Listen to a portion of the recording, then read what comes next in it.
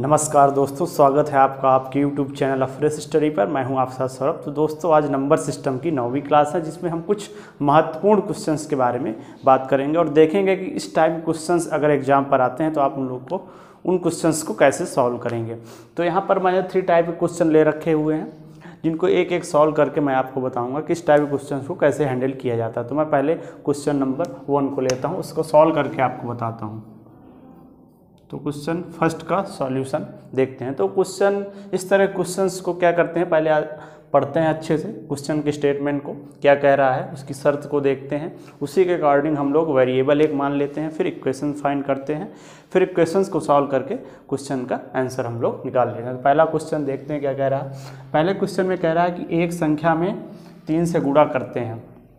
एक संख्या में 3 से पहले गुणा करते हैं, फिर उसमें से 10 घटाया जाता है। तो पहले कोई संख्या मान लीजिए x, मैंने एक संख्या मान ली, फिर उसमें मैंने 3 से गुणा कर दिया, तो वो संख्या कितनी हो गई, 3x हो गई।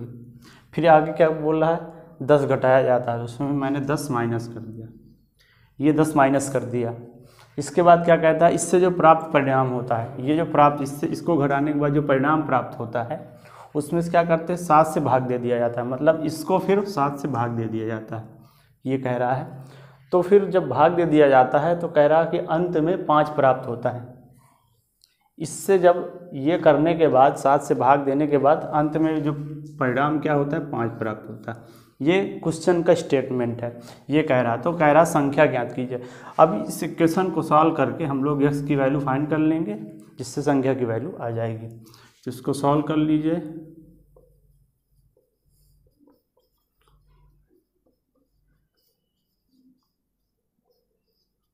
x की वैल्यू कितनी आ गई, 15।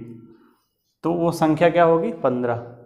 तो इस तरह इस क्वेश्चन को सॉल्व करेंगे। इस टाइप के क्वेश्चन आएंगे तो हम लोग ऐसे सॉल्व करेंगे। ये जोड़ और घटाव पर और भाग पर आधारित क्वेश्चन होते हैं। अब देखते हैं सेकेंड क्वेश्चन, उसको कैसे सॉल्व करेंगे।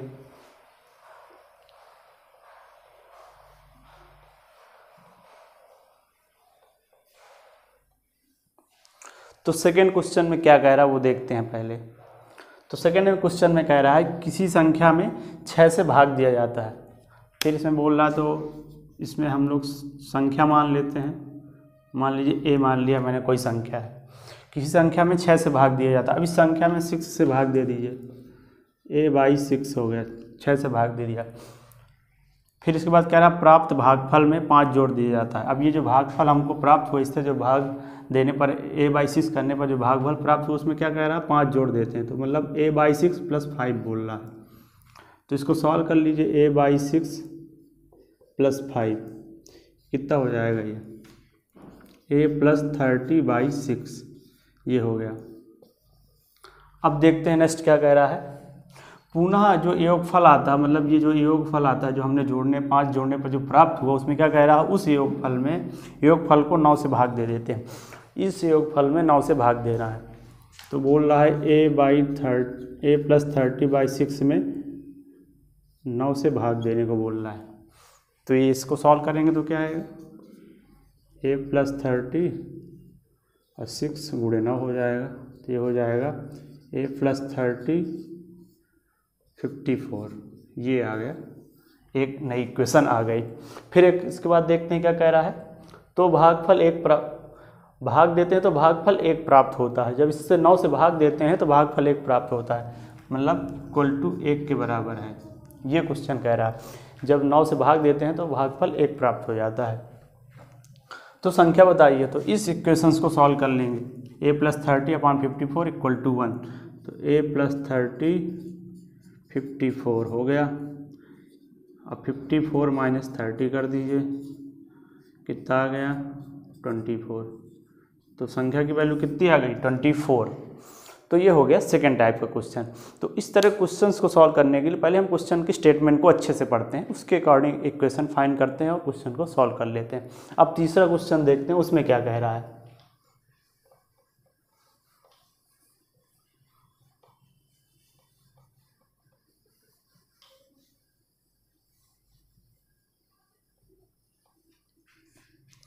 अब तीसरा क्वेश्चन देखिए, कह रहा है कि किसी संख्या के 8 गुना को 4 से भाग देकर मूल संख्या का दुगुना घटाने पर क्या प्राप्त होगा।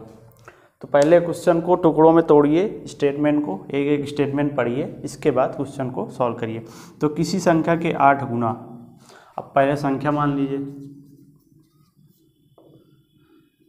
लेट संख्या मान लिया x।